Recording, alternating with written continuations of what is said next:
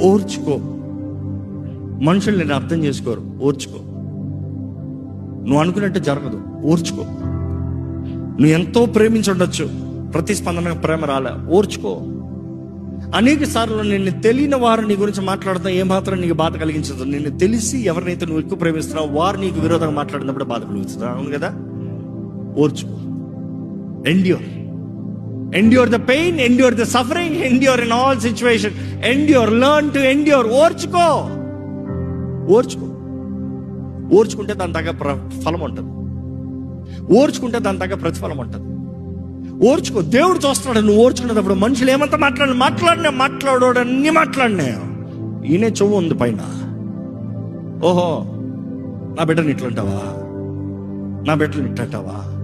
In fact నేను అంటాను, ఎవడన్నా మాట్లాడినా పైన వినే ఈ చెవు ఉంది. మాట్లాడిన దానికంతా జవాబు అక్కడ నుండి వస్తుంది. నువ్వేం ప్రూవ్ చేయక్కర్లేదు, అక్కడ నుంచి వస్తుంది ప్రూవింగ్. అక్కడిస్తాడు దేవుడు హెచ్చింపు.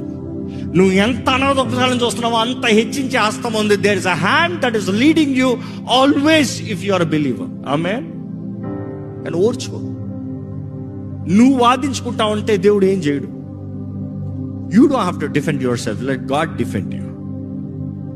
God knows your heart, God knows your thought, God knows your intentions, God knows all about you. Have the fear of God and hold on.